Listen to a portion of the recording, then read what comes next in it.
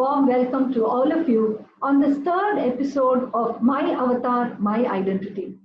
It is the Mother's Day month, May, and it is but fitting that we should bring to you a rock star mom, a woman who is at the top of her game and is someone who has beaten every stereotype in her journey to the top. Come on, let's meet Ms Uma Rathnam Krishnan, the co-CEO of Barclays Global Service Centre, in this episode of My Avatar, My Identity.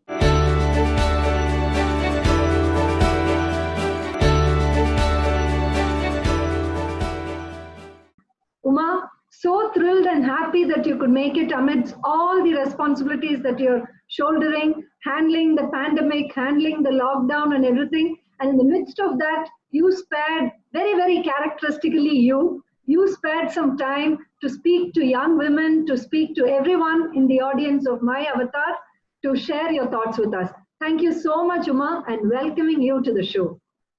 Thank you, Saundarya. Delighted to be here. Thank you. I'm going to jump right in and ask you the first question, Uma. We all know you as the CEO, as the boss lady, as the person who has inspired thousands upon thousands of people, led large organizations. But how were you as a young girl? How were you as a little girl? What was that Uma like? Could you share a few thoughts with us, please? But as a young child, I had many dreams and the space to pursue them. I actually grew up as an only child, and interestingly, for many years, I didn't really know the difference between what a girl could do and what a boy could do. Maybe that was a good thing in hindsight. Of people from the judiciary, judges, lawyers. My mother was herself a master's. So I actually came from a very academic family, and I think that kind of was almost in my blood. So I started life saying, I want to be a space scientist, I want to be a politician. So basically, spectrum. But I think one common theme for me was that whatever I did, I wanted to really push myself to do my best. But at what point, Uma, did you really feel that, you were destined to be a CEO? I mean, that's not something, I can see that it was a very high achievement, high aspiration environment that you grew up in. But then at what point of time did it occur to you that you're going to be the number one in the organization? So I get asked this often, right? Did I have a grand plan when I started my career? The answer is no. But what I did know, and this sort of trigger came quite early on. I remember I must have been about 10 or something like that. And I saw a lady's picture in some magazine, I can't quite remember. And she was from the Foreign Service. And the caption, I didn't know her name, I don't know anything. The only thing that caught my eye was that, a few women make it to this, right? And I said, that's something to do. I think that was probably the first trigger to say, can I really push the bar? And in hindsight, if I were to look at it, it's like saying, I think the thought crossed my mind to say, if you are going to always try to be normal, you then never know how amazing you can be.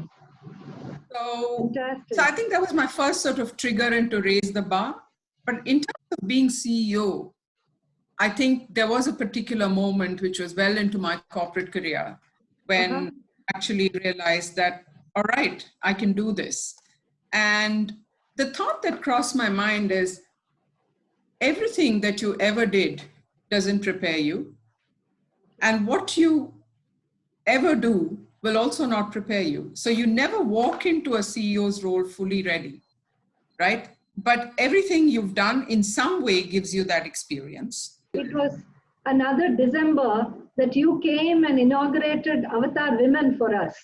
And I remember the fantastic, inaugural address that you delivered at that time. And this was 2005. And you were the CEO at that time of Optimus. And yes. My question to you then, and the question stays, is how did you handle the so-called 3 M's, of a woman's life? Marriage, motherhood, and mobility. These 3 things. And I really remember being super inspired by how you described how you would handle, everything in your life. But I'd like our audience to know about it from you, directly from you.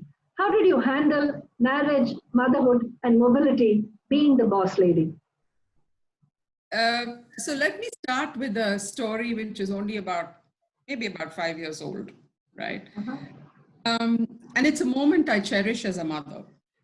My daughter sent me an article published by Harvard Business School researching working mothers. And the title was Working Mothers Raise More Successful Daughters and More Empathetic Sons. And thank you, Mom.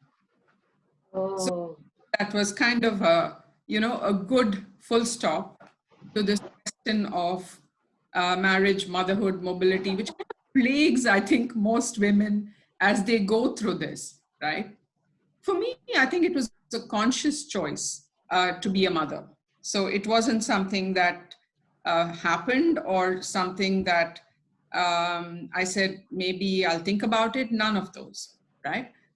It was a conscious choice, knowing fully well that it may not be easy to manage a full-time career and being a mother and managing all of the other expectations that actually come with it.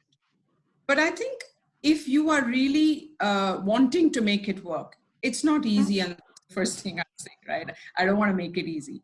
But having said that, I learned to do a few things that worked, right? And I could have it. I could do all three, manage it. I wouldn't say, this question of can you have it all? You can, but not to the same extent if you had only one, right? So, but what I learned was to do a few things. I kind of learned to make choices, right? There are some things which you can do, can't do. There are some roles I could take up, I couldn't take up. You asked me about mobility. So I had an option when my child was really young to move a different city. I chose not to because I knew I wouldn't have the right level of healthcare for my children or daycare for my children. So, but having said that, did I not move at all? No, I moved after 2 years when that unwound itself, right? So in effect, I learned to make choices. The second thing I learned to do was optimize, whether it was time, work, time with children, asking my spouse to help me, and in many other ways, I actually optimized. Barclays has made it central to its agenda to actually attract and diverse talent and give people a platform where they can bring their whole selves to work. So I think the first thing, it's a journey, but I think the first thing is the commitment there is stellar, particularly for female workforce and female leadership. So I think the commitment is the first big thing. I have to ask you a question here, Uma. Today, when we speak to a lot of millennial women, and I wouldn't even say millennial, I would say a lot of women, married women, they tell us that, it is a choice not to have children too.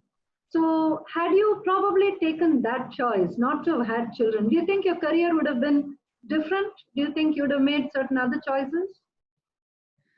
Probably yes.